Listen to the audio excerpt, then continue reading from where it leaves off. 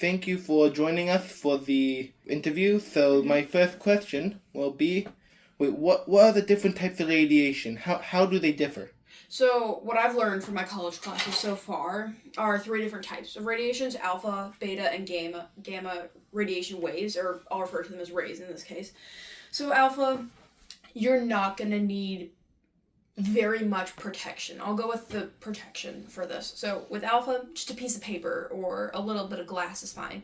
Beta, that's when you're going to want like that lead suit that you get put on for x-rays and MRIs and all of those other heavy radiation images. And then gamma, that's the strongest one of them all. You're gonna need like multiple, like very thick glass on top of that radiation vest, cinder block walls. You're gonna be exposed to that for really anybody who is within a general vicinity needs protection with that one, versus beta, which is just whoever's closest to it.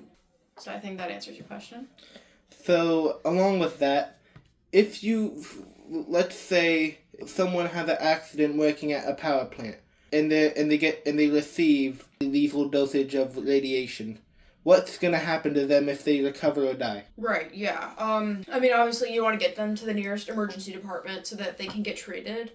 Paramedics would notify them of that radiation exposure. There are machines that can help filter that out, I believe. I didn't learn much about lethal doses, but again, like if you do nothing, you're obviously gonna have that DNA breakup and start to cause mutations within your DNA, and that will unfortunately lead to death in some cases.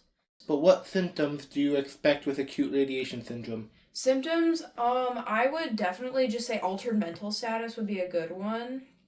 I gotta think.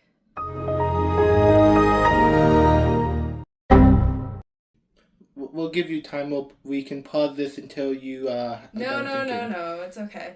Right. So yeah, no. I'm remembering now. So definitely, like you're gonna be pretty nauseous. You're gonna be experiencing some vomiting, fatigue. You can, even if you get like direct exposure to like your skin, you're gonna have a burn, most likely a 2nd or 3rd degree burn. Hair loss could happen. You could have internal bleeding depending on how serious this is. Anything else? So, what's the most common type of radiation you would be exposed to in the vacuum of space or from the sun? The UV lights, all the different types of radiation from the sun. I would assume gamma rays with that one. But you do see those people in space. They're wearing those suits that most likely are made from radiation blocking materials when they are in space. So, yeah. What type of danger level would they be in outside of Earth's magnetic field? There's right now 2 options on Mars: the glass domes or you're living underground. Which one do you think's more likely? I'd say probably, if I were to pick which one I would rather do, I'd rather live underground, That just makes my life easier. But, people being the people, they're going to want to see the sun and get tan and everything. So most people are going to choose the glass dome. But that also just has quite a few negative health effects, though, if we're tanning in the sun.